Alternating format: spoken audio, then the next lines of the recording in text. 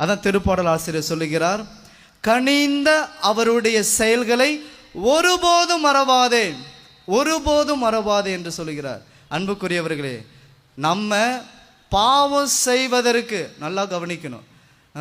நம்ம பாவம் செய்வதற்கு அடித்தளமாக இருப்பது இந்த ஒரு செயல்தான்.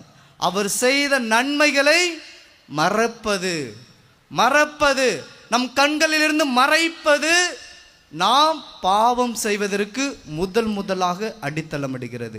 இயேசுவுக்கே புகழ். பக்கத்தில் எதையும் பார்க்காதீங்க. இயேசுவுக்கே புகழ், இயேசுவுக்கே நன்றி, மரியே வாழ்க.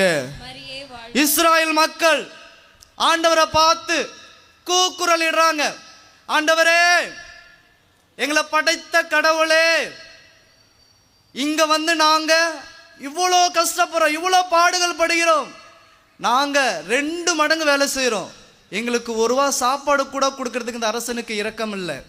அது மட்டும் இல்லை, எங்களுடைய ஆண் பிள்ளைகள் அனைத்தையும் இவன் எல்லாரையும் கொல்றான், எங்கள் மீது இரக்கமாயிரும்.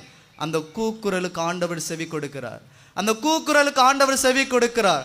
ஆண்டவர் அந்த செவிலியருடைய இதயத்தை தொடுகிறார்.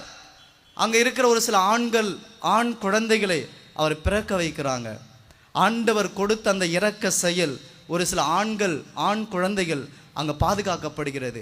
அதில் ஒருவர் தான் தேர்ந்தெடுக்கப்பட்ட மோசே. இயேசுவுக்கே புகழ், இயேசுவுக்கே நன்றி, மரியே வாழ்க. மோசேவை கூப்பிடுறாரு. எந்த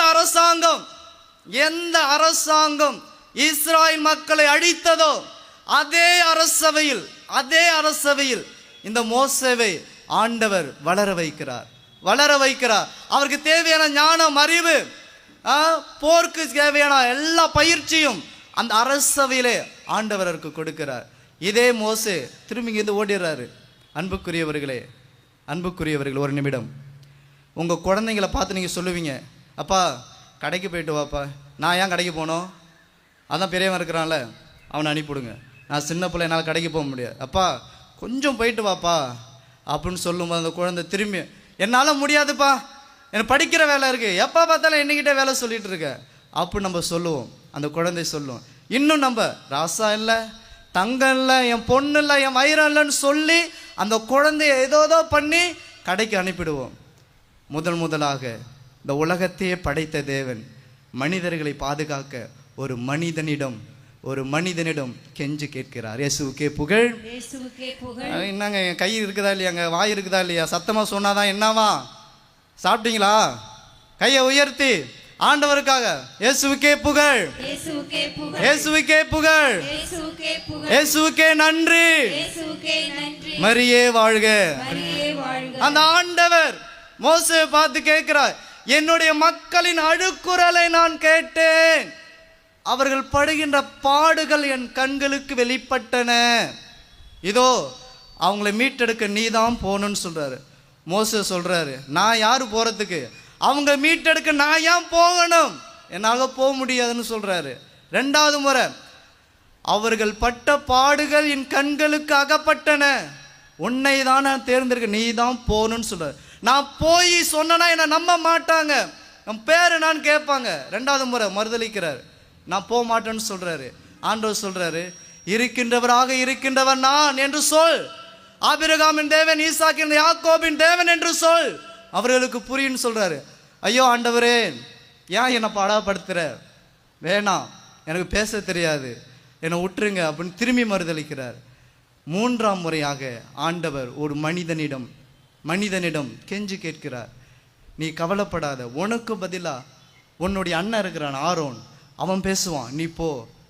அன்புக்குரியவரை, எந்த தேவன், எந்த கடவுள் ஒரு மனிதனிடம் இறங்கி வந்து அழுகுறையாக ஒரு பிச்சை கேட்பதை போல எந்த தேவன் கேட்டிருக்கிறார்? நம் நற்கருணை ஆண்டவர், இதோ 3 கடவுள் நம்மை வழிநடத்தி கொண்டிருக்கிற தேவன், அந்த ஒரு தேவன் மட்டும்தான் இன்னைக்கு உங்களுடைய கஷ்டம், உங்களுடைய துன்பம், உங்கள் துயரம், பாடுகள், வேதனை, வலி, அந்த கண்ணீர், அந்த அழுகை, இவை அனைத்தையும் அறியக்கூடிய தேவன். இந்த நற்கருணை ஆண்டவரிடம் நீங்கள் ஒப்பு கொடுத்து ஜெபியுங்கள். நீங்கள் யார்ட்டையும் எதையும் சொல்ல வேணாங்க, யார்ட்டையும் எதையும் புலம்பாதீங்க. நீங்கள் புலம்புனீங்கன்னா பாதி ஆசீர்வாதம் போயிடும். உங்களுக்கு கிடைக்க வேண்டிய பாதி ஆசீர்வாதம் போய்விடும். புலம்ப வேண்டிய நபர் ஒரே ஒரு நபர் தான், இந்த நற்கருணை ஆண்டவர் தான். அவர்கிட்ட சரணாகதியாக விழுங்கள், அவர்கிட்ட விழுந்து போராடி கேளுங்கள். உங்களுடைய வழி அவருக்கு மட்டும் தெரியட்டும். நம்ம ஆண்டவர் இயேசு கிறிஸ்து இரவு முழுவதும் ஜெபித்தார். யார்கிட்ட பேசினாரு? தந்தை கடவுள்கிட்ட மட்டும் தான் பேசினாரு. பேதர்கிட்ட ஒப்பாரி வச்சாரா? இல்லை. யோவான்கிட்ட போய் ஒப்பாரி வச்சாரா? இல்லை. யூதாஸ்கிட்ட போய் பேசினாரா? இல்லை. இரவு முழுவதும் அவர் பேசிய ஒரே கடவுள் யாவே இறைவன். அந்த நற்கருணை ஆண்டவர் சொல்லுகிறார், உன் கஷ்டம் வேறு யார்கிட்டையும் சொன்னாலும் புரியாதுமா, என்கிட்ட வா. உனக்கு தேவையான ஆறுதல், உனக்கு தேவையான தேற்றல், உனக்கு தேவையான ஆவியின் அபிஷேகம் நான் மட்டும் தான் தருவேன். நான் மட்டும் தான் தருவேன், வேற யாரும் தர முடியாது. இயேசுவுக்கே புகழ். சத்தமாக இயேசுவுக்கே புகழ். இயேசுவுக்கே நன்றி. மரியே வாழ்க. இந்த இஸ்ராயேல் மக்கள் என்ன செஞ்சாங்க? இந்த திருப்பாடல் ஆசிரியர் சொன்னதுக்கு எதிர்மாறா செஞ்சாங்க. இங்கே இருந்து மோசே போறாரு, 10 அதிசயத்தை அற்புதத்தை அவர்கள் முன்னா நடத்துறாரு. செங்கடலை இரண்டாக பிரிக்கிறார், அந்த உலர்ந்த தலையை நடக்க வைக்கிறார். அந்த மக்கள் சொல்றாங்க, அங்க படுகுழி இல்லை என்றா எங்களை அழைத்து வந்தீர். நாங்க அங்க இருக்கும்போது பூண்டு சாப்பிட்டோமே, வெள்ளரிக்காய் சாப்பிட்டோமே, இங்க வந்து எங்களுக்கு ஒன்றும் கிடைக்கலையே. நன்றி மறந்த நிலை, நன்றி கெட்ட நிலை. அங்க இருக்கும்போது அடி, உத, வலி, குழந்தைகளா சாவு, இவ்வளவே மறந்து போனார்கள்.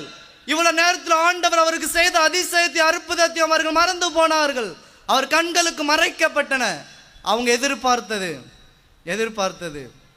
எங்களுக்கு வெள்ளரிக்காய் இல்லை, பூண்டு இல்லை, இங்கே நல்ல சாப்பாடு இல்லை, தண்ணி இல்லை.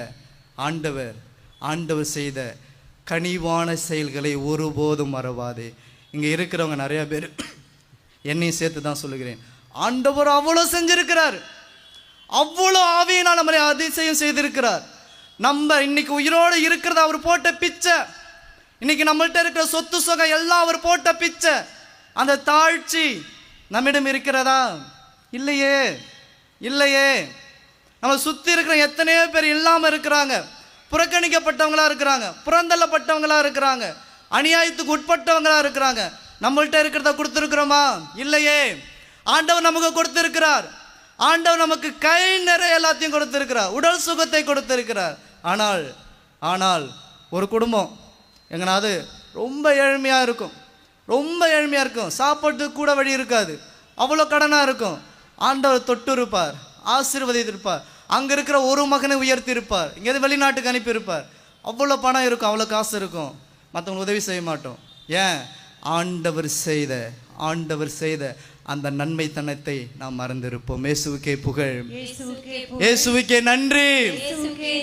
மரியே வாழ்க.